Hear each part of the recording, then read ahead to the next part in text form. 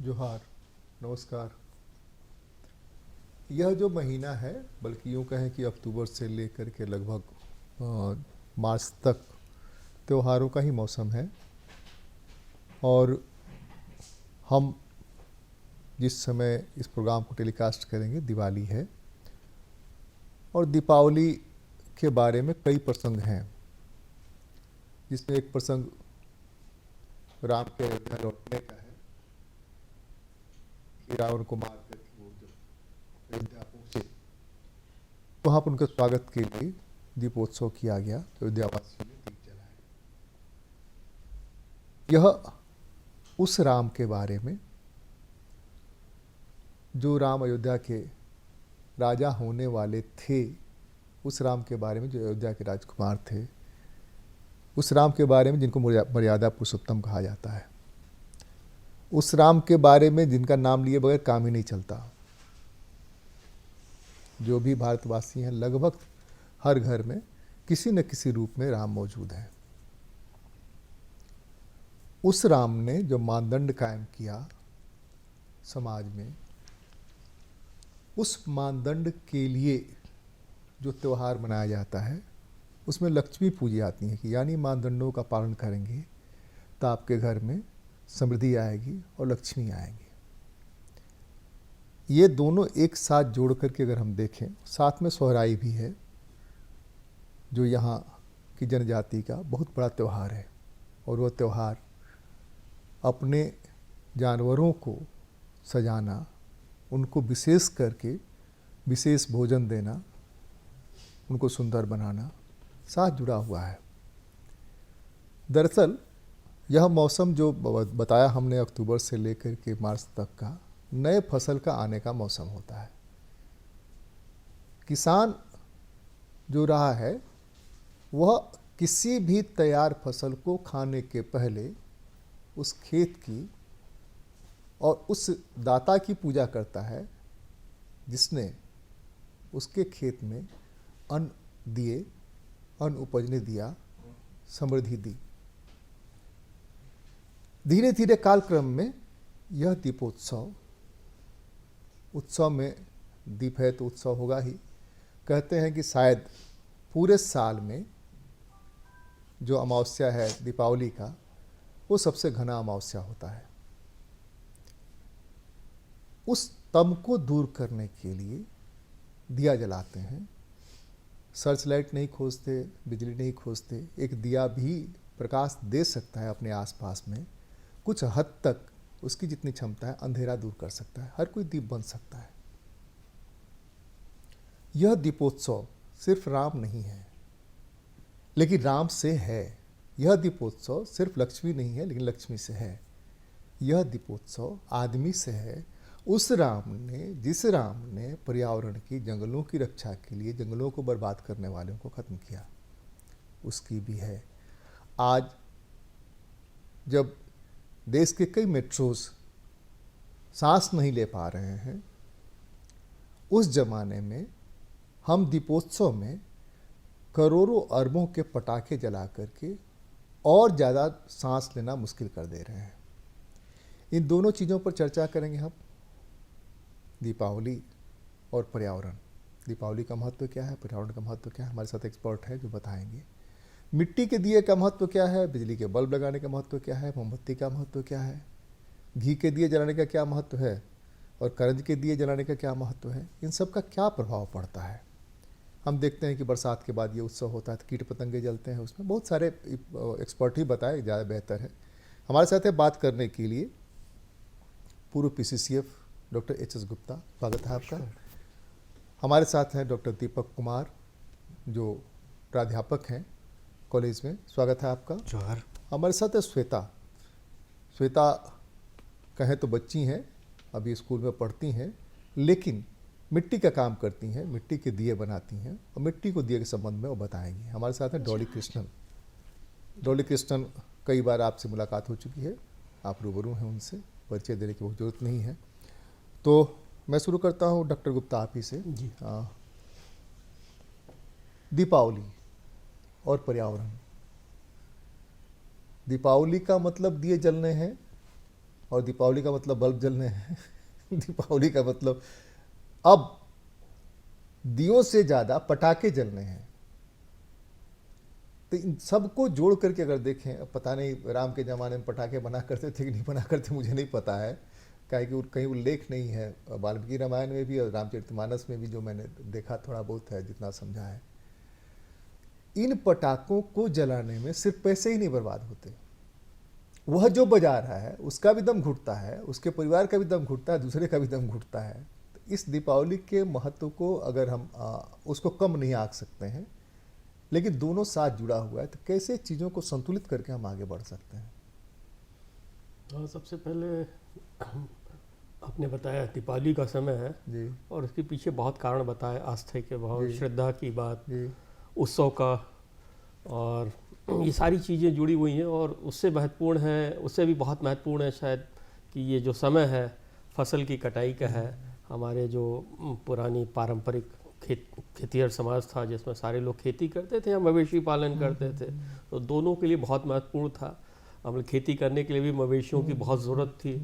तो उसी बहाने हम प्रकृति को भी अपना श्रद्धा व्यक्त करते एक हैं। का वेस्ट दूसरे के इस्तेमाल में आ जाता है, जी, एक का बेस्ट दूसरे के इस्तेमाल में आ जाता था। जैसे बिल्कुल मनुष्य जो वेस्ट फसल का होता था वो जानवरों के लिए छोड़ देता था, सही बात है। अब पशु का जो बेस्ट था वो मनुष्य के पास आ जाता था। बिल्कुल नहीं, इसलिए ओके, उसकी भी पूजा करता था, बिल्कुल अभी पूजा, भी करता और है। पूजा और दोनों चीज़ था। मतलब मवेशी मवेशी हमारे खेती में बहुत मदद करते थे, और इसके अलावा भी हमें सारी चीज़ें करते थे। तो वो एक मौका मिला था इत्तेफाक से सभी समाज में, हम सभी समाज, हमारा झारखंड का जो आदिवासी प्रधान समाज है, इसके सारे जो हमारे मुख्य तबके हैं आदिवासियों के, सभी सोहराई और अलग अलग नाम से इसको हम मनाते हैं। तो आपने वो दूसरा प्रश्न पूछा कि इत्तेफाक ऐसा हुआ कि जो ये उत्सव के दरमियान पहले था, एक सिंबॉलिक रूप से हम लोग दिए जलाते थे, और दिए जलते जलते इसका थोड़ी सी विकृति हो गई कि साहब इसमें हमने पटाखे भी जोड़ दिए, और पटाखों का कितना वो है। तो ठीक है, थोड़ा बहुत। फिर आपने कहा कि संतुलन की बात है, तो पूरे पूरे जीवन में हम देखें, एक संतुलन का एक बहुत महत्व अहम है। और जहाँ हम संतुलन थोड़ा सा बिगड़ता है तो फिर चीज़ें और ख़राब होने लगती हैं। तो वो संतुलन में अगर थोड़े बहुत भी अगर पटाखे कहा जाए तो ठीक हैं, लेकिन एक सीमा के बाहर हो जाने के बाद हमारी प्रकृति की सीमा है, हमारे शहरों की सीमा है, गाँवों की सीमा है, नदी की सीमा है, पर्यावरण की सीमा है। तो वो जब ज़्यादा हो जाता है तो सभी के लिए ख़राब है। और कुछ कुछ इसमें हम कह रहे हैं, लाइवलीहुड की बात करें तो पटाखे बनाने में बहुत से लोग रहते हैं, लेकिन इत्तेफाक से ये सारा, और प्रकृति का है ये, इत्तेफाक से ये समय प्राकृतिक रूप से भी ऐसा समय है जब ठंड आ जाती है, वातावरण थोड़ा सा भारी हो जाता है, तो जो पटाखों का जो असर होता है शायद बाकी समय में थोड़ा कम होता होगा, लेकिन इसमें बड़ा ज़्यादा ही हो जाता है। तो कुल मिलाकर हमें लगता है कि ये समय बहुत महत्वपूर्ण हो गया है कि हम इसको संतुलन कैसे बनाएं।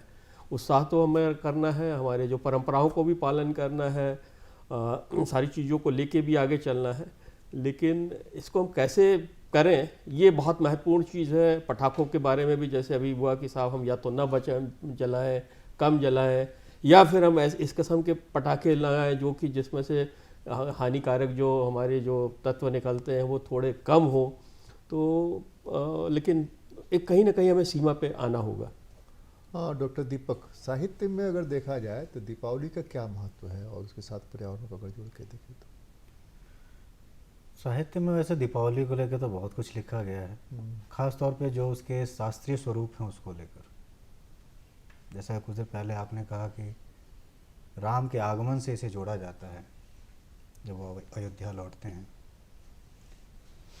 लेकिन अगर इसके अशास्त्रीय पक्ष को देखें, लोक पक्ष को देखें, तो उत्तर से लेके पूर्व तक और दक्षिण तक भारतीय भौगोलिक सीमा जैसी बनती है, उसमें एक फसल का सबसे ज़्यादा योगदान है, वो है धान। धान ना सिर्फ खाद्य पदार्थ के रूप में बल्कि एक आर्थिक तत्व के रूप में भी इस्तेमाल किया जाता था। धन धान्य हमारे यहाँ मुहावरा चलता है, और सभ्यता का जन्म ही हुआ है कृषि संस्कृति के आने के बाद। दो ही त्यौहार हैं हमारे यहाँ, एक होली और एक दीपावली। खरीफ की फसल के बाद दीपावली हम मनाते हैं, रबी की फसल के दौरान हम होली मनाते हैं। खासतौर पर जब दीपावली की जो पूरी संरचना है या उसकी प्रक्रिया है, अगर उसको हम देखें, हम पूजा करते हैं गणेश और लक्ष्मी की, लिखते हैं शुभ और लाभ। शुभ क्यों लिखते हैं? फसल अच्छे से कट गई, ये अच्छा रहा। लाभ क्या है? तो अब इस फसल के कटने के बाद जो विनिमय होता था, अपनी ज़रूरत की चीज़ें, जो ग्रामीण क्षेत्रों में लोग, पहले कैश तो होता नहीं था, बार्टर सिस्टम चलता, तो धान के बदले लोग अन्य चीज़ें ले आते थे अपनी, जो भी उनकी ज़रूरतें रहती हो। इसीलिए इसे शुभ और लाभ के साथ जोड़कर देखा गया। पूजा होती थी गणेश की, जो शुभ के प्रतीक हैं, और लक्ष्मी जो लाभ के प्रतीक है। और एक चीज़ और ध्यान देने की बात है कि जब पूजा करते हैं उनकी, तो दोनों मूर्तियों को ना कभी भी समानांतर, मतलब एक साथ नहीं रखा जाता। हल्का सा लक्ष्मी की मूर्ति को थोड़ा सा टेढ़ा रखा जाता है। अवध में एक कथा चलती है इसको लेकर कि रिद्धि सिद्धि की माँ है लक्ष्मी, और रिद्धि सिद्धि का विवाह गणेश जी से हुआ था, उनकी पत्नियां हैं वो। तो चूँकि दामाद और सास जो है वो कभी भी आमने सामने नहीं आ सकती, इसलिए वो लक्ष्मी की मूर्ति को थोड़ा सा टेढ़ा करके रखा जाता। खैर, इसको लेकर लोक साहित्य में तो काफ़ी कुछ कहा गया है, उस पे जाने से काफ़ी विस्तृत हो जाएगी बातचीत। कहने का कुल अर्थ ये है कि हमारी जो ग्रामीण संरचना थी, जो हमारी लौकिक संरचना थी, उसमें हर त्यौहार का महत्व उसके अपनी आर्थिक संरचना से जुड़ा हुआ था। सिर्फ सामाजिक नहीं, उत्सव के हिसाब से नहीं, उत्सव तो था ही उनके लिए। उत्सव तभी हो सकता है जब आपके पास वो संसाधन हो। बिल्कुल, बिना संसाधन के आप कौन सा उत्सव मनाएंगे? तो सबसे महत्वपूर्ण था वो संसाधन उनके पास तभी आता था जब ये दो फसल कटती थी। और इसी के बाद वो एक तरह से कह सकते हैं कि उसके आभार प्रकट करने के लिए या उसकी खुशी मनाने के लिए कि सब कुछ अच्छा रहा, सब कुछ अच्छे से बीत गया, इस वजह से हमको इसको मनाते थे। श्वेता, क्या करती हैं आप? दिए बेचती हैं, दिए बेचती हैं, दिए बनाती हैं। कब से अपने घर में देख रही हैं दिया बनते हुए, बिकते हुए, और कैसे दियों का बिक्री बढ़ा या घटा इस बीच में? आप लोग कैसा फील करते हैं जब दिवाली आती है? आप लोग हाथी घोड़ा भी बनाते हैं, बच्चों के खिलौने भी बनाते हैं, बहुत तरह की चीज़ें बनाते हैं। दिवाली के बाद भी जब गर्मी का दिन आता है तो घड़े की लोगों को ज़रूरत पड़ती है। उससे क्या परिवार चल जाता है या उसके अलावा भी कुछ करना पड़ता है? क्या डिमांड है और कैसे मर मुलाई होता है, इसके बारे में बताइए।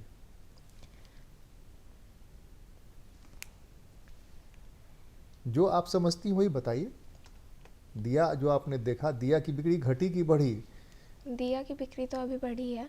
जैसे स्टार्टिंग में हम लोग 140 रुपए के 100 दिए बेच रहे थे, और अभी बिक्री नहीं हो रहा था। और फिर जैसे दिवाली पास आया तो हमें मतलब 100 में 100 बेचना पड़ा, बड़ा वाला दिया, क्योंकि ऐसे बिक्री नहीं होगी तो हमें पूरा लॉस चला जाएगा, और जो सामान हम उतारते हैं, जो बनाते हैं, उसका प्रॉफिट नहीं मिलेगा तो हम लोग का घर नहीं चल पाएगा। तो वो चीज़ हम लोग करते हैं। और कस्टमर्स भी ऐसे आते हैं कि मतलब कुछ आए, पूछे और चले गए, कुछ आए तो जो प्रॉफिट हमारा बचता है वो भी बोल रहे हैं कि मतलब अगर आप 80 रुपये हमारा लग रहा है तो वो चाहते हैं कि 80 रुपये में हम उन्हें 100 दिए दे दें। तो बहुत हो जाता है कि मतलब कैसे दे, क्या करें, लेकिन करना पड़ता है थोड़ा ऊपर नीचे, प्रॉफिट को भी थोड़ा कम दिया को तो निकालना ही है, दिवाली में मैक्सिमम दिया निकालना है। हाँ, दिया निकालना है। और दिया हमारा बनाया जाता है कि मतलब हम लोग ज़्यादा बना के रखते हैं कि अगर बिक गया तो अच्छा है, नहीं बिका तो फिर तो कुछ कर ही नहीं सकते हैं। तो बनता है तो मैक्सिमम लोग का होता है कि जितना सस्ता मिल रहा है उसको और सस्ता करवा दें। और मतलब अगर हमें ये भी लग रहा है कि वो 50 रुपये का है तो भी हम कम करवाने की कोशिश करते हैं कि हमें प्रॉफिट होना चाहिए, सामने वाले को प्रॉफिट हो या ना हो। या कभी आपको कोई ऐसा ग्राहक दिखा या ग्राहक मिला जिसने कहा कि ठीक है 140 है भाई लगा दो, या सब ग्राहक ऐसे ही आते हैं जो कहते हैं कि... कुछ लोग होते हैं जो आते हैं, पूछते हैं कि हाँ कैसे है, थोड़ा बहुत बोलते हैं कि कम कर दीजिए। अगर आप बोले कि नहीं हो पाएगा, मतलब नहीं बचता है, तो ठीक है दे दीजिए। जिद नहीं कुछ करते लोग हैं। हाँ कुछ लोग जिद नहीं करते हैं और कुछ लोग अड़े हुए होते हैं कि कम कर दीजिए। तो कंपटीशन भी है, पास में भी दूसरी दुकान है। हाँ एक हम लोग लगाते हैं तो दूसरे भी लगाते हैं। अब वहाँ अगर ग्राहक नहीं जा रहे हैं और हमारे यहाँ आ रहे हैं तो वो लोग का भी रहता है कि हमारे यहाँ क्यों नहीं आ रहे हैं। तो ऐसे में लड़ाई भी हो जाता है कभी कभी कि मतलब हमारे यहाँ भी ये आना चाहिए। वो जब सीजन नहीं होता है मिट्टी के बर्तनों का या मिट्टी का जो भी कलाकृति है बनाने का, उस ऑफ सीजन में घर कैसे चलता है? उस ऑफ सीज़न में यही जो अभी हम लोग सीजन्स में बेच रहे हैं उससे जो पैसा आता है, प्रॉफिट आता है, वो रखने की वजह से फिर उसके बाद हम लोग का चलता है। और जो ऑफ सीज़न में भी बहुत लोग घड़े के बर्तनों में खाना बनाना पसंद करते हैं तो वो लोग लेकर के जाते हैं। बहुत कम है कि मिट्टी के बर्तनों में अभी खाना बना रहे हैं, बहुत कम लोग हैं। वो हाँ, स्टेटस जैसे सिंबल है आज के दिन में, मिट्टी के बर्तन में कहीं खाने के लिए कोई बुलाए नहीं। अब कहाँ है, बहुत कम हो गया है घरों में। अब तो स्टील के बर्तन है, भांति भांति के बर्तन आए हैं।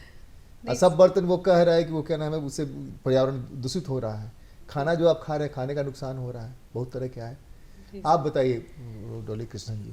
सर अभी क्या है, ट्रेंड चला हुआ है, जैसे कुछ समाज का एडुकेटेड तबका जो है वो सस्टेनेबिलिटी को देखते हुए आजकल काफ़ी प्रचार प्रसार चल रहा है। जैसे हम लोग युवाएं भी देख रहे हैं कि हाँ ये इस तरह का है कि सस्टेनेबल डेवलपमेंट गोल्स जो हमारा भी निर्धारित हुआ, नीति आयोग चाहे कहिए या यूएन की तरफ से कहिए, तो लोग जागरूक हो रहे हैं और कुछ लोग हॉस्टल्स में भी मिट्टी के बर्तन खरीद रहे हैं। जैसे मैंने खुद ही स्टार्ट किया है, 4 महीना हुआ है मुझे, मैं मिट्टी के बर्तन को खरीदती हूँ और उसमें ही कुछ बना पाती हूँ। जैसे इसमें स्लो कुकिंग होती है, काफ़ी धीरे खाना पकता है, पर फिर भी कोशिश रहती है कि उसको अपनाया जाए। काफ़ी चैलेंजेस भी हैं उसको मेंटेन करने के लिए, धूप दिखाना पड़ता है, उसको धोने के लिए गर्म पानी में डालना पड़ता है। ये कुछ थोड़ा टीडियस प्रोसेस हो जाता है, लेकिन कुछ जो लोग, कुछ अभी जो छात्र लोग हैं या कुछ नए लोग हैं, वो लोग भी इसको अपनाने की कोशिश कर रहे हैं। तो मैं कहूँगी कि अभी प्रचलन बढ़ रहा है और बढ़ने की गुंजाइश और है, इसमें लोग कर रहे हैं। क्योंकि जैसे जागरूकता आ रही है, जैसे कि खाना जो है धीरे पकना चाहिए, मिट्टी में पकाने से ज़्यादा अच्छा होता है, स्वास्थ्य के लिए अच्छा है। बाकी जितने भी आप एल्युमिनियम ले लीजिए, एल्युमिनियम के बर्तनों को जेल में भी रखा जाता है, वो एक तरह का स्लो पॉइजन भी बोला जाता है। तो लोग ये सबको आजकल युवा पीढ़ी नोटिस कर रही है और कोशिश कर रही है कि इसको कैसे सस्टेनेबल बनाया जाए, जो एक मध्य रास्ता हो जहाँ पे हम लोग दोनों चीज़ों को बैलेंस करते हुए आगे ले चलें। तो ये कर रहे हैं युवा आजकल, तो कुछ तबका चल रहा है कि आप एक नई बात बता रही हैं हमको, ये बहुत जी। अच्छा लग रहा है इस नई बात को सुन करके। कभी आपके यहाँ खाना खाने हम लोग आएंगे, बिल्कुल आइए सर, मिट्टी के बिल्कुल। हाँ, बर्तनों में आपका कि आमंत्रण है सर। मिट्टी का उपयोग जो बढ़ा, उसको अगर हम जोड़ करके देखें पर्यावरण दीपावली के साथ मिट्टी को, जी जी इसलिए कहते हैं कि माटी का देह माटी में मिल जाएगा। जी जी जी मिट्टी से हम आए, मिट्टी में मिट्टी में मिल जाएंगे। जाएंगे। जी जी ये है माटी का महत्व। जी और माटी के बगैर कुछ नहीं है। जी जी मिट्टी अगर नहीं होगी तो कुछ हो ही नहीं सकता है। बिल्कुल, न बिल्कुल। पानी रह सकता है, न मछली रह सकती है, न कीड़े रह सकते हैं, न आदमी रह सकता है। यह है जी। मिट्टी का महत्व। तो मिट्टी की चीजें मिट्टी में मिल जाए, लेकिन हम जो सारी चीजें बना रहे हैं वो मिट्टी में मिल नहीं रही है, मिट्टी को जहरीला बना रही है। जी ये बिल्कुल। असल सवाल है गुप्ता जी। हम जो सारी चीजें, बाजार ने जिस ढंग से पूरे के पूरे आदमी के दिमाग पर कब्जा कर लिया है, अभी इन्होंने बताया मिट्टी के बर्तन की खासियत क्या थी। एक तो कुम्हार को रेगुलर रोजगार मिल जाता था, हर घर में मिट्टी का बर्तन हुआ करता था। तो सामाजिक जो जातीय व्यवस्था थी, उस जातीय व्यवस्था में भी उसको रोजगार का एक बहुत बड़ा साधन था।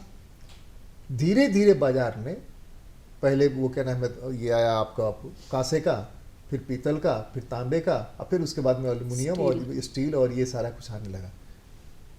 बेचते समय हम कहते हैं कि इसके देखिए कितना चमक रहा है, इसमें बिम बार लगाया और अब देखिए कैसे चमक रहा है, लेकिन उसके नुकसान के बारे में न जानते हैं, न जानना चाहते हैं, न बताते हैं। कुल मिलाकर के दीपोत्सव के साथ अगर हम बाजार को भी जोड़ें, बाजार ही बेच रहा है पटाखे, बाजार ही बिकवा रहा है पटाखे, लेकिन जो रेगुलेटरी अथॉरिटी है वो अथॉरिटी तो उस पर वो कर सकती है, अंकुश लगा सकती है, सोसाइटी नहीं लगा सकती। इसलिए कि कौन कितने पटाखे जलाता है इसका कंपटीशन होता है। और आप मोहल्लों में देखिएगा, कभी आपको अनुभव हो, हम लोग तो कांप जाते हैं जिस दिन से आवाज़ होती है सारी रात। अब 5 दिन से फूट रहा है, 5 दिन तक और फूटता रहेगा, छठ के बाद तक फूटता रहेगा।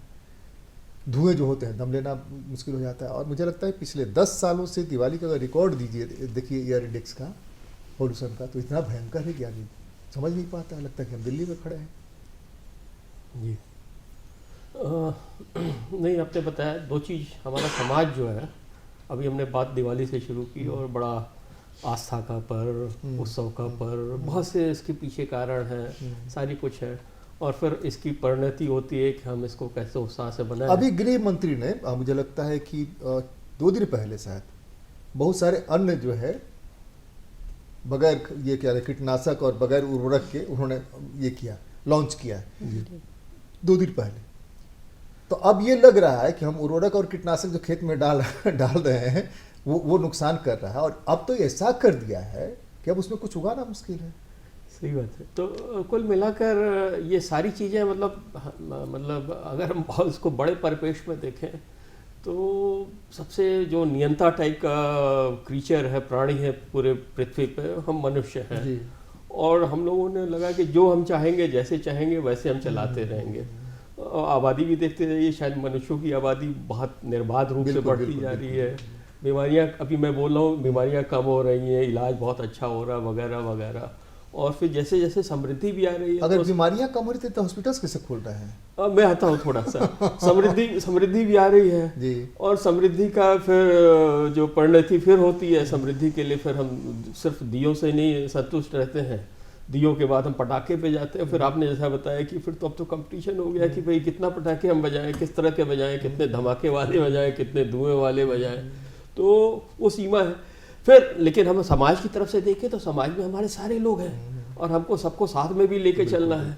तो सारे लोग, उतनी समृद्धि सबके पास बराबर सी नहीं है। बहुत से लोग आपने बताया कि हर तरीके के समाज में है, किसान भी है, बर्तन बनाने वाले भी हैं, और हमें सबको अपॉर्चुनिटी मिलनी चाहिए। तो वो जो सामंजस्य है वो सरकार का काम है, जो व्यवस्था का काम है कि उसको कैसे रेगुलेट करें, कुछ देखें। तो जैसे पटाखे की बात हुई तो पहले हुआ कि पटाखों को कम किया जाए, बैन कर दिया जाए, एक सीधे सा सवाल है। लेकिन बैन करने से पता चला कि हमारे 4-5 जिले हैं जो देश के, सालों भर उनकी रोजगार ऐसी चलती है, बेचारे बहुत ही किसी तरह से चलते हैं, बट सालों भर उनको कुछ मिलता है। अगर वो सारा बैन हो जाएगा तो बेचारे और 4 डिस्ट्रिक्ट के लोग हैं जो तमिलनाडु में खास तौर से, वो सारे बेरोजगार हो जाएंगे, उनके लिए कोई दूसरा काम नहीं रहेगा।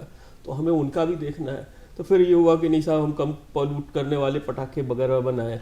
फिर आपने बोला बर्तनों की बात करी, तो बर्तनों में भी पहले क्या है, हम लोगों जो मेटल वाले बर्तन हम लोगों को काफ़ी पसंद आने लगे। फिर मेलामीन वगैरह वगैरह जो हमारे पारंपरिक थे मिट्टी वाले, वो धीमे धीमे कम होते गए।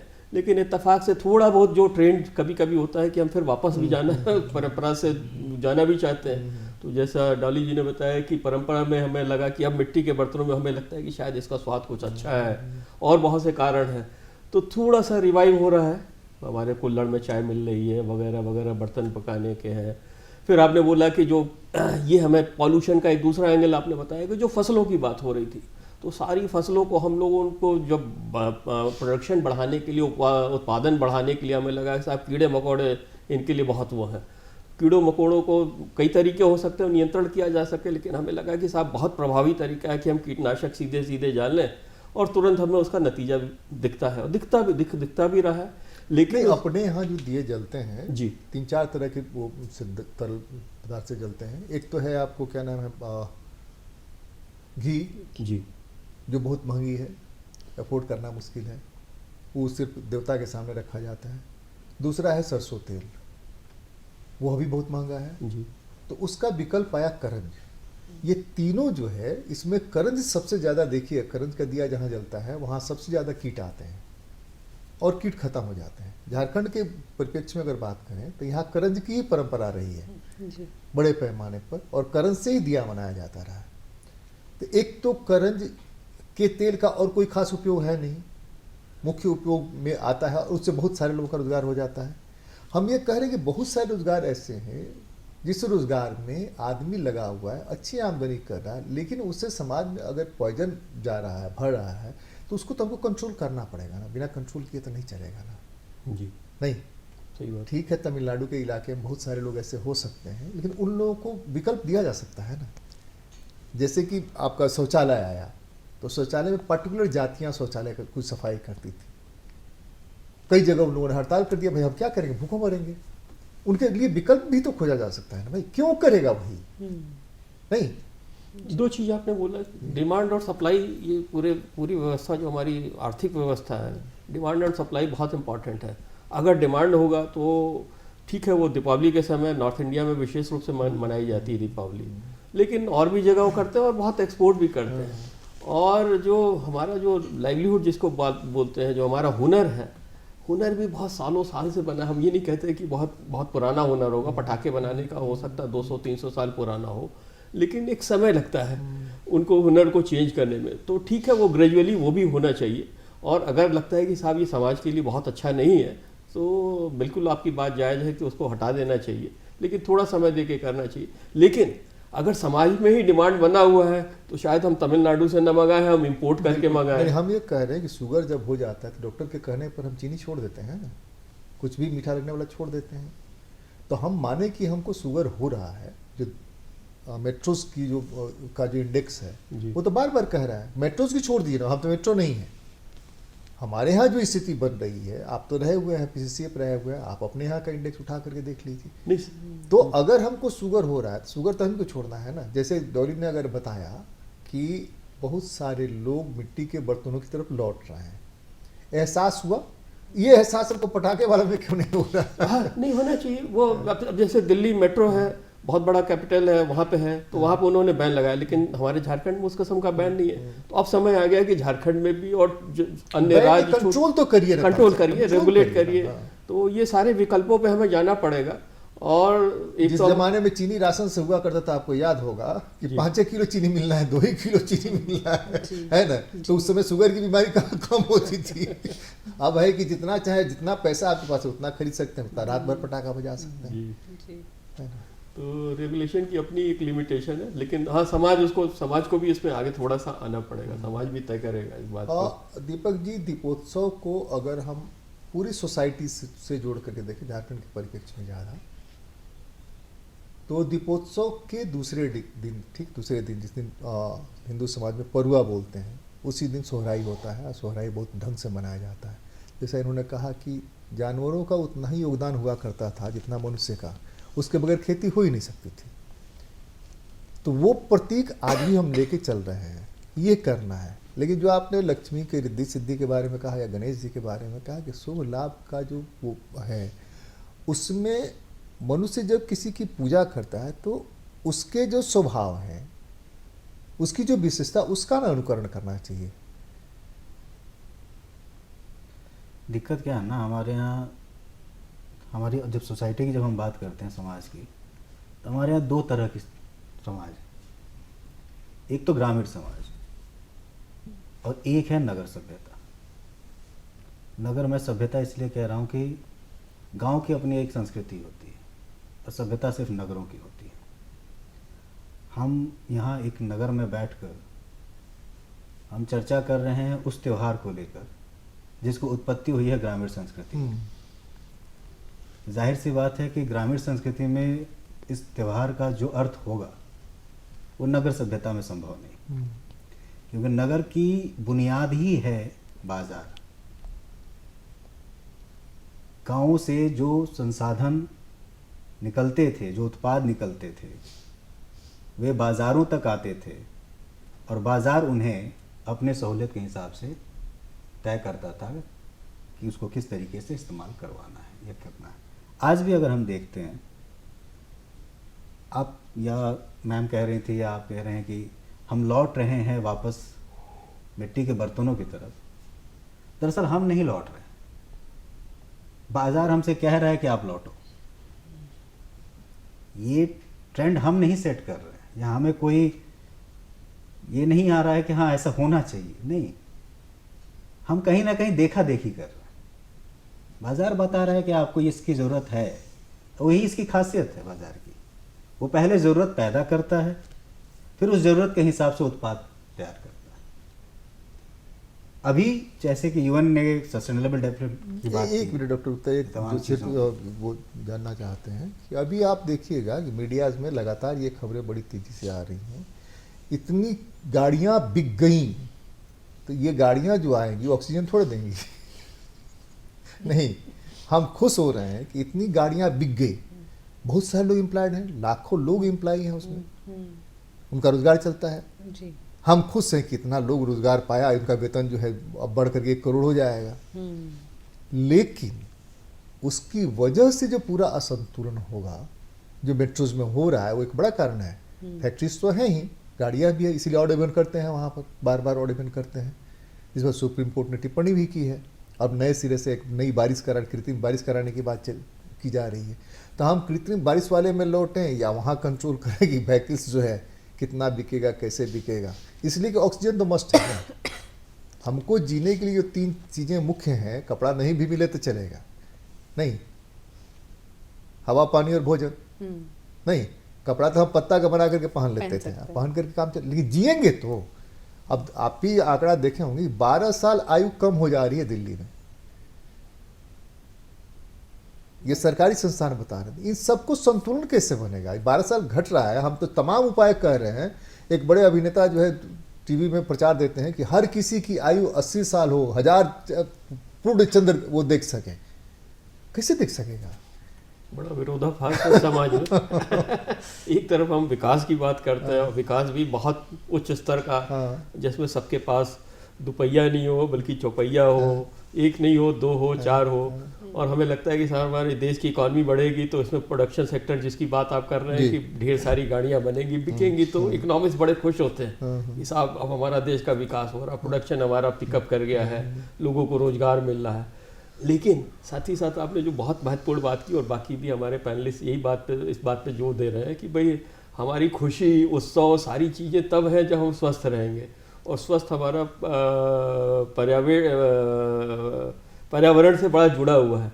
तो हमें उनको भी मिला के देखना होगा। वो सारी गाड़ियाँ आपने बोली कि हमारे पास उतनी सड़कें नहीं हैं, उनको पार्क करने की, रखने की जगह नहीं है, और वो जब चलेंगी तो ढेर सारा वो ईंधन, तरह तरह का जो फॉसिल फ्यूल लेके उसका जो एमिशन करेंगी। सड़कों पे उस क्वालिटी की सड़क नहीं है तो अपर्याप्त है। तो कुल मिलाकर हम उसको बैलेंस शायद नहीं कर पा रहे हैं। हमें लग रहा है कि कहीं पे लिमिट होनी चाहिए, वो नहीं है। एक अभी हम लोगों ने शायद आप सुना होगा कि बहुत से देशों में इस बात को हो गया है कि साहब ये एक इस पर भी कहीं लिमिट लगानी चाहिए। जैसे हमारा पड़ोस में जो देश है चीन चीन का, और बहुत से और से देश हैं, बहुत बड़ा एरिया में है, लेकिन पर्यावरण के प्रति उनकी एक धारणा है कि बीजिंग में जो उनका कैपिटल है कि साहब वो गाड़ियों की संख्या उन्होंने फिक्स कर रखी है, और जब तक वो गाड़ी रिटायर होगी और तब तक उसके बाद दूसरे का नंबर तभी आएगा जब तक वो पहली वाली संख्या कम नहीं होगी। हमारे यहाँ ऐसा कुछ नहीं। हमें लगता है कि साहब जितनी गाड़ियाँ अभी हमें लगता है कि जितना बिक जाए उतना जितना अच्छा, बन जाए, जितना बिक जाए वो ज़्यादा अच्छा है। हाँ दीपक, आप अपना वो पूरा करिए। तो मैं वही कह रहा था कि चीज़ें हम नहीं तय कर रहे हैं, ये चूँकि आज ग्लोबल टाइम है।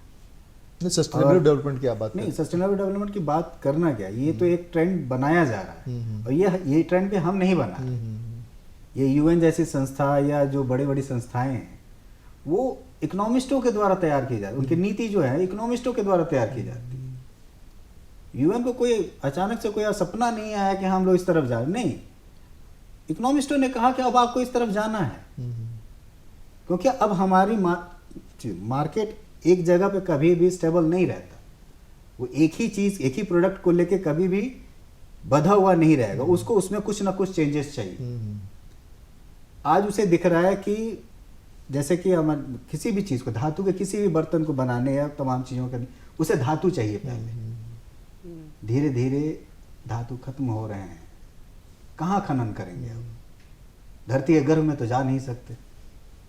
तो खनन, जब धातु खत्म हो रहे हैं आपके यहाँ से, तमाम चीजें खत्म हो रही हैं, तब आप कहाँ जाएं? अब आपके पास बची मिट्टी, तब आप मिट्टी के ऊपर जा रहे हैं।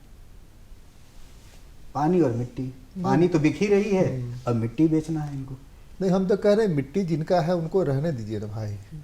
आप थोड़ा श्वेता बताइए कि ये जो आप लोग क्या उम्मीद करती हैं इस तरह के त्योहारों से, दिवाली से लेकर के? अब शादी बारात में तो बहुत कम दिए बिकते हैं, वो है ही नहीं। घड़े से जितना काम चल जाए गर्मी के दिनों में उसी से ज़िंदगी चलानी है, या अभी जो कमाई होगी उससे पूरा का पूरा साल चला रहा है। तो ये संतुलन बनाने में आप लोग क्या अपेक्षा करते हैं सरकार से, समाज से? आप लोग क्या अपेक्षा है कि कैसे? हमारी अपेक्षा जैसे अभी डॉली जी ने बताया कि भाई मिट्टी के बर्तन की तरफ लौटना, दीपक जी कह रहे हैं कि बाजार बता रहे हैं कि आपके पास लौटने के अलावा कोई विकल्प नहीं है, हो सकता है, लेकिन अगर उसकी वजह से भी हमारा स्वास्थ्य ठीक रहता है, हमारा देश बचता है, तो हमको हर्ज क्या है?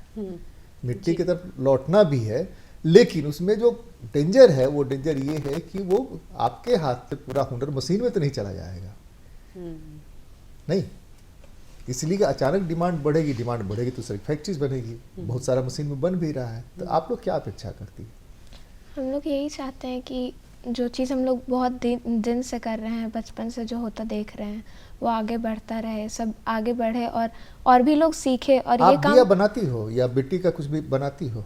हाँ बनाते हैं हम लोग, मतलब उसको शेप देना और ये सब देखने में रील्स चाक चलाती देखिए। हो? चाक चलाती हो? हाँ वो चाक से वो करती हो, निकालती हो ऊपर से?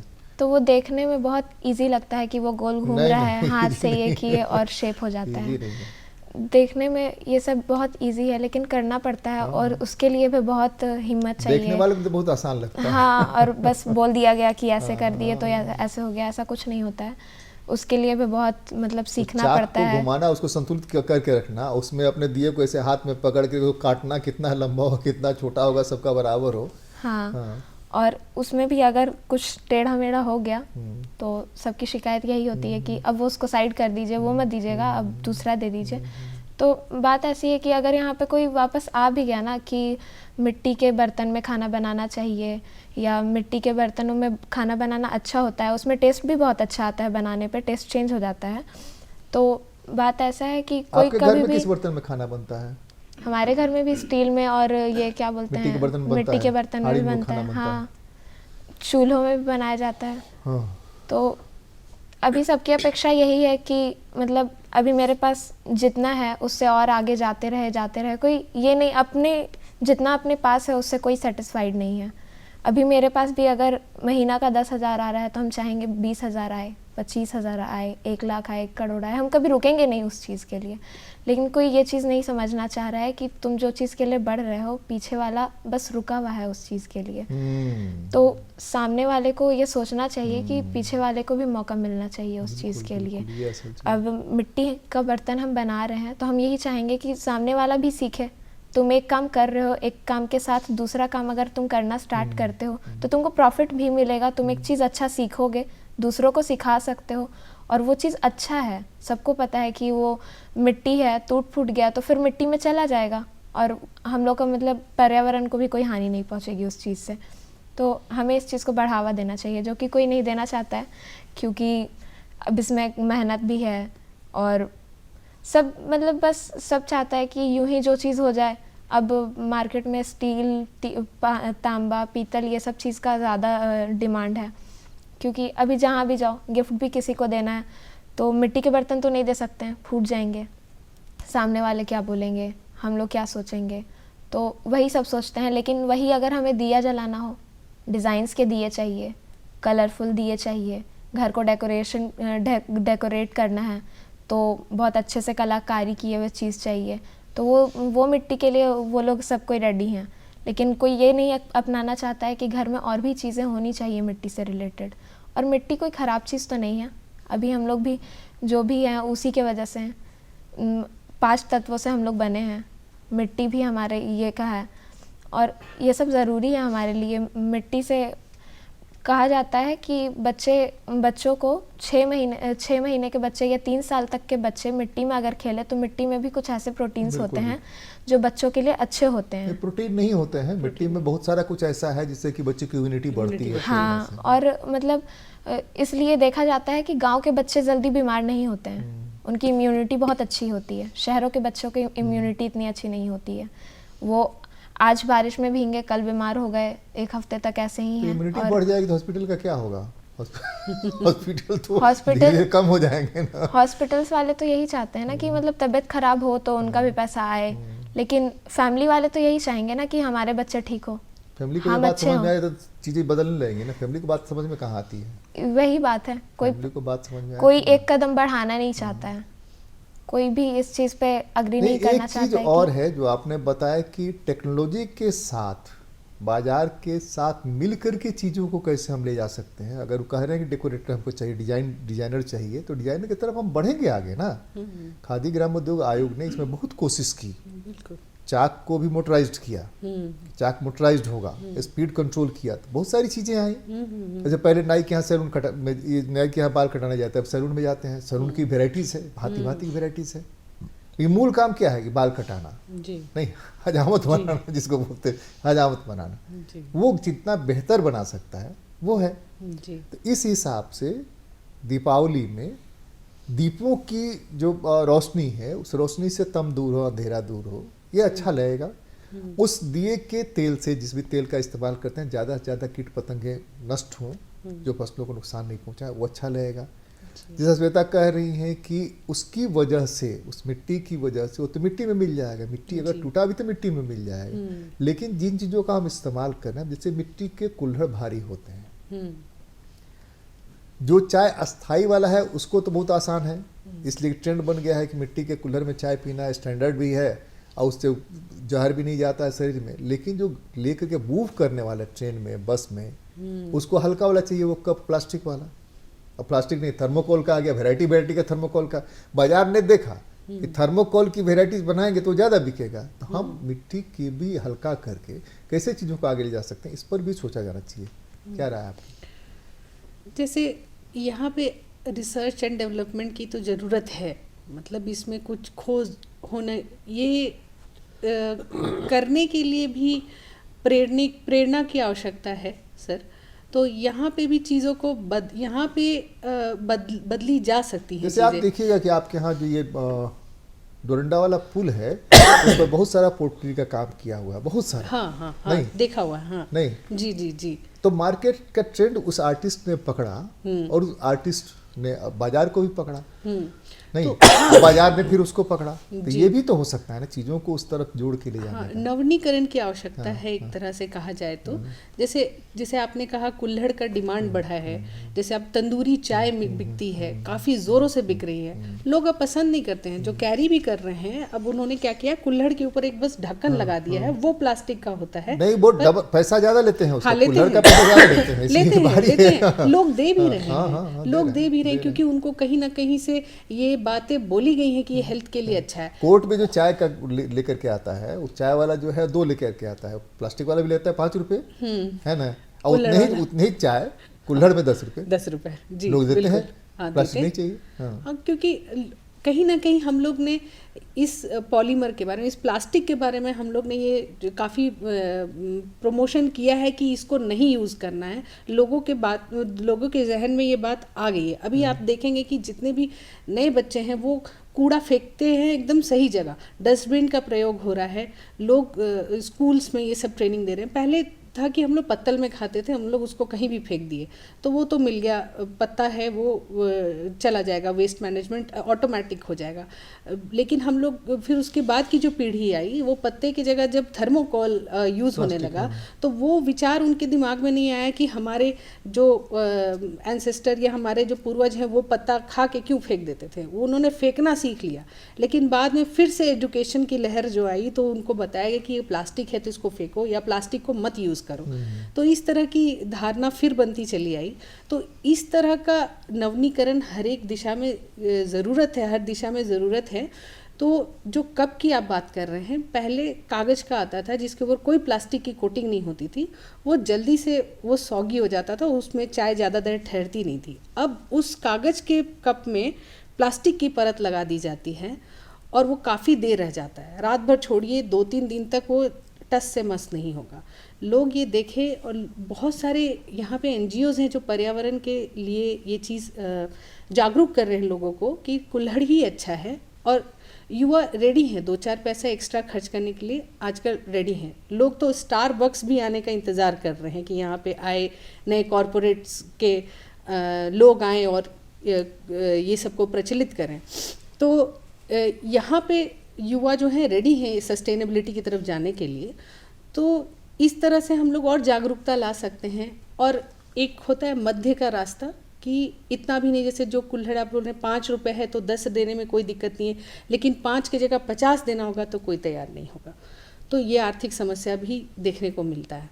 आपकी एक बात और अच्छी नहीं, लगी। 50 भी ले सकते हैं, बशर्ते कि स्टार होटलों में आप हों। हाँ हाँ नहीं। बिल्कुल, और किया जा रहा है सर, मैंने देखा है 100 स्टार रुपए होटलों की में हो कुल्हड़। तो उसी कुल्हड़ का आप 100 रुपये दे सकते हैं। आप देखिएगा रांची में ही आप खूंटी की तरफ चले जाइए, बहुत सारे रिजॉर्ट खुल गए हैं जो कह रहे हैं कि हम ट्राइबल सभ्यता के ऊपर हम लोग खाना बनाएं। वो चार्ज कर रहे हैं आपको 200 रुपये की पर थाली, जिसमें आपको मड़वा की रोटी दे रहे हैं, छोटे छोटे झींगे मछली दे रहे हैं और आपसे 500 रुपये ले रहे हैं और कह रहे हैं कि ये ट्राइबल सभ्यता का है। वही आपको मोटा चावल खिला रहे हैं और लोग फैंसी होके कि हम सस्टेनेबिलिटी की तरफ जा रहे हैं और वो 500 रुपये में वो थाली खरीद रहे हैं, लेकिन वही चीज़ वो तसला में बेचने वाला गरीब से नहीं खरीदेंगे। या फिर उस गरीबों को ट्रेनिंग नहीं दी जाएगी, तुम अपना दुकान जो है थोड़ा और अच्छा कर लो जिससे आकर्षण बढ़ा रहे। तो ये चीज़ों की थोड़ी ज़रूरत है कि जो कॉरपोरेट है वो उसका गरीब से गरीबी छीन रही है। जैसे आपकी एक बात मुझे याद है सर कि गरीब से गरीब की पहचान क्या थी? फटे कपड़े, उसको भी छीन लिया। ये आपकी बात मुझे बहुत ही अंदर तक चोट लगी, मैं ये बात को कहती हूँ मधुकर सर।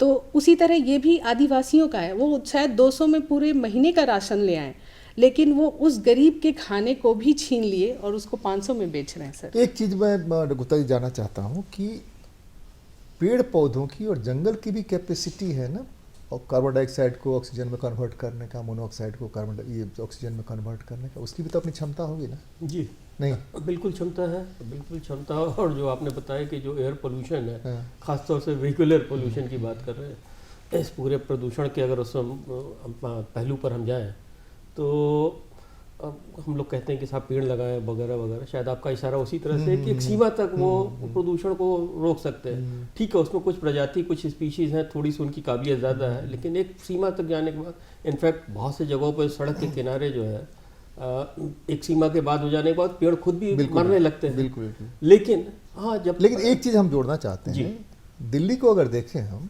तो दिल्ली में डिवाइडर के बीच भी और दोनों तरफ ढेर सारे पेड़। लुटियन ने जो दिल्ली बनाई, जब लुटियन को पढ़ते हैं, दिल्ली को पढ़ते हैं, खुशवंत सिंह का दिल्ली पढ़ते हैं, तो उसने सबसे पहला काम पेड़ लगाने का किया और डिस्टेंस पर ऑफिस बनाने का काम किया।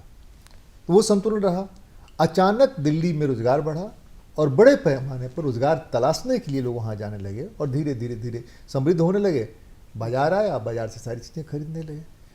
तो ये कैपेसिटी उसकी थी कि वो वायु प्रदूषित नहीं होने देता अगर संतुलन बना के रखते। तो रांची में भी यही हुआ या कहीं भी यही हो रहा है। तो ये संतुलन को कैसे बना के रखें, इसलिए कि जंगल का जो 30% हमको चाहिए, 33% चाहिए, पता नहीं पूरे भूभाग का हमको नहीं पता है, आप ज़्यादा बेहतर बताएंगे परसेंटेज वाला। वो जो है, यह जो पटाखे हैं, ये जो पटाखे फूटते हैं, उसके साथ संतुलन बनाने की बात करें तो एक रात में कितना दम घुटता होगा पेड़ों का, वो भी तो सांस नहीं ले पाते होंगे ना। नहीं, पेड़ तो बेचारे बेजुबान है, वो किसी को बयान नहीं करते हो तो घुट घुट के मर जाते हैं। लेकिन मनुष्यों पे जरूर असर पड़ रहा है और काफ़ी स्वास्थ्य का है। मतलब हर साल हमारा स्वास्थ्य खराब होता है। कितने लोग, हम तो कंक्रीट से उसके पूरे जड़ बांध दे रहे हैं जी, कहते इसी में सांस लेना है तुम। और हम लोगों ने जो बोला ना कि रेगुलेशन की बात कही आपने, नियंत्रण रखने की बात करी, तो जैसे शहर का है, शहर का विकास आपने बताया, दिल्ली एक उदाहरण है हमारे लिए कि मॉडर्न शहर कैसा होना चाहिए। तो उस पूरी प्रक्रिया में हम लोगों ने तय कर रखा था कि कितने हरियाली होगी, कितने लोग रहेंगे। लेकिन जैसे वो डेंसिफिकेशन जिसको हम कह रहे हैं कि एक छोटी सी जगह हमने ढेर सारी चीज़ें हम करते जा रहे हैं और शहर उस हिसाब से नहीं बढ़ाएंगे, तो नतीजा सभी को भुगतना पड़ेगा। मनुष्य तो पहले ही भुगत रहा है। शहरों का फैलाव हो, विस्तार, एक समस्या का समाधान ये भी हो सकता है, तो रोजगार भी थोड़ा सा उधर जाएगा, उस तरफ बढ़ेगा और शहरों पर जो दबाव पड़ रहा है वो दबाव कम होगा। और सबसे बढ़िया है कि अगर एग्रीकल्चर को हम ज़्यादा सस्टेनेबल बनाएं तो ये दबाव ऑटोमेटिकली कम हो जाएगा।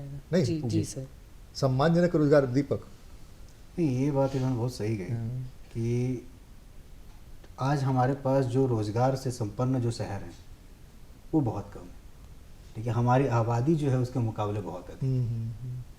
तो जाहिर सी बात है कि अगर हम एक ही पाए पे सारा जोर लगा देंगे तो उस पाए को टूटना ही। ज़रूरत है हमें कई तरह के पाए बनाने। बिल्कुल। अब मान लीजिए कि बिहार है, पूरे बिहार की आबादी एक तरफ भागती है, दिल्ली, मुंबई, हरियाणा, पंजाब, अलग अलग क्षेत्र में।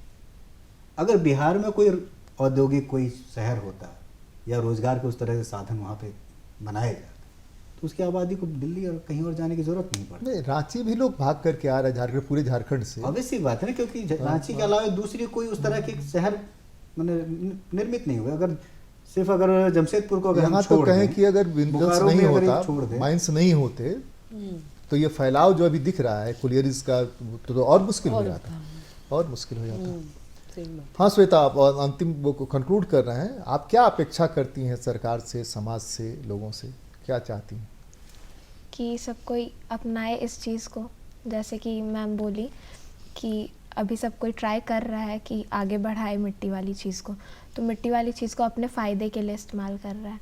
अगर हम एक दो कदम और बढ़ा के आगे बताएं कि हाँ ये चीज़ आप यूज़ कीजिए, आप जो होटल में जाकर के 500 रुपये दे रही हैं अपने घर में बना करके खाइए, हो सकता है आपको वो टेस्ट आ जाए। आप खुद भी बनाने को तो सबके हाथ में अलग अलग स्वाद है मैम। जी सर, जैसे कि हमको और सस्टेनेबिलिटी की तरफ जाना चाहिए। अभी जैसे गुप्ता सर ने कहा कि कम प्रदूषण फैलाने वाले पटाखों की भी डिमांड बढ़ी है। जैसे ग्रीन पटाखे करके अब आने लगे, थोड़ा वो महंगा है, बट कोशिश करनी चाहिए कि जो भी कुछ राज्य जो पटाखों पे नहीं, ही 50,000 का जो फोड़ते हैं, 25,000 का फोड़िए ना भाई, ग्रीन पटाखे ले आइए। हाँ जी, ये तो रास्ता निकल सकता है ना। उसको वो भी महंगा हो जाता है, दुगना हो जाता है। पिछले साल दिवाली में देखा कि उसका जैसे 500 दाम है तो ग्रीन पटाखों का दाम 550 रुपये है, या 100 रुपये है तो इसका 120 है। तो ये कहीं ना कहीं ये दूरी जो है ये कम हुई है और लोग ग्रीन पटाखों की तरफ गए हैं। तो इसको और मजबूत करने की आवश्यकता है और लोगों को चयन करना है। चयन लोगों के हाथ में है, बाजार में क्या जो भी हमें बेचना चाहे, अगर लोग चयन ना जागरूक रहेंगे तो ज़्यादा बेहतर होगा। तो दिवाली सुरक्षित तरीके से मनाएं। बारूद का जो कॉन्सेप्ट है वो मुगलों के द्वारा ज़्यादा प्रचलित किया गया, वो हमारे जैसे आपने पहले ही कहा शास्त्रों में कहीं नहीं उल्लेखित है। तो कहने का मतलब है आकाश दीपम जो है, दीप को ज़्यादा प्रमोट करें। और ये पटाखे अगर खुशी के लिए भी फोड़ना है तो थोड़ा संयम से कम ही फोड़ें, अपनी खुशी को दर्द में मत बदलें। पटाखों से कई घटनाएं भी होती हैं, सामने आता है कि आग लग गया, बच्चे जल गए। तो ये सब के साथ सावधानी के साथ सही चयन करें, जागरूक रहें और हैप्पी दिवाली। आप ही से हम कंक्लूड करेंगे फाइनली कि आप क्या संदेश देना चाहते हैं? हमें बहुत आगे बढ़ना है, इस पे बात पे कोई असहमति नहीं है, विकास भी करना है। लेकिन इस विकास को अगर हमें अच्छी तरह से रखना है, हम लोग स्वस्थ भी रहें और मेटेरियलिस्टिक भी हमारा विकास हो, तो हमें थोड़ा संयम रखना होगा, समाज को भी संयम रखना होगा। और हम बहुत ज़्यादा उम्मीद नहीं कर सकते कि सरकार हम पे ज़्यादा रेगुलेट करे। तो समाज कोई नहीं चाहेगा सरकार रेगुलेट हर चीज़ के लिए रेगुलेट करे। तो समाज अगर संयमित होकर चलेगा तो शायद हम ही अपने सही रास्ता निकालेंगे, तो अच्छा रहेगा और हमारा देश और पूरा विश्व हमें आगे बढ़ेगा। साहित्य से जो मैसेज जा रहा है वो मैसेज क्या है इस बारे में, खासकर ये पोत्सव से लेकर के पर्यावरण के बारे में, वो मैसेज कन्वे हो रहा है क्या लोगों के पास? नहीं, अभी फिलहाल साहित्य की जो धारा बह रही है उसमें पर्यावरण तो सबसे निचले पायदान पर। फिलहाल अभी हम लोग राजनीतिक और नहीं, जिस समय हमारे यहाँ कॉलेज यूनिवर्सिटी नहीं था उस समय पीपल की पूजा होती थी और पीपल का महत्व था, बरगद की पूजा होती है। आज भी बरगद में और पीपल में पूजा होती है, लेकिन उसका जो महत्व है कि पीपल बरगद को बचाना चाहिए। आपका कल वृक्ष का क्या है, कांटी ठोक ठोक करके जो कल वृक्ष है आपका, उसकी क्या गति हुई है? समस्या यही है कि आज के समय में साहित्य में विचार ज़्यादा हावी हो गए हैं और वो जो समझ है ना लोक की, वो लोक की समझ थोड़ी सी कम होती जा रही है। इसलिए लोक परंपरा को और जो शास्त्रीयता है उसमें भेद करना छोड़ दिया हमने, जबकि हमें उसमें भेद करना चाहिए। शास्त्रीयता बाद में आई है, लौकिकता पहले आई। जहां से उसका जन्म हुआ उसको हमने हमारा छोड़ समय दिया। खत्म हो रहा है, तो हम आप सबको सबकी तरफ से दीपावली की शुभकामना देते हैं, अपने पैनलिस्ट को भी दीपावली की शुभकामना देते हैं और आपसे सिर्फ यही उम्मीद करते हैं कि यह मानिए कि आपको ही ऑक्सीजन बचाना है, आपको ही उत्सव मनाना है, दोनों के बीच संतुलन कैसे रहेगा। बहुत बहुत धन्यवाद, नमस्कार, जोहार।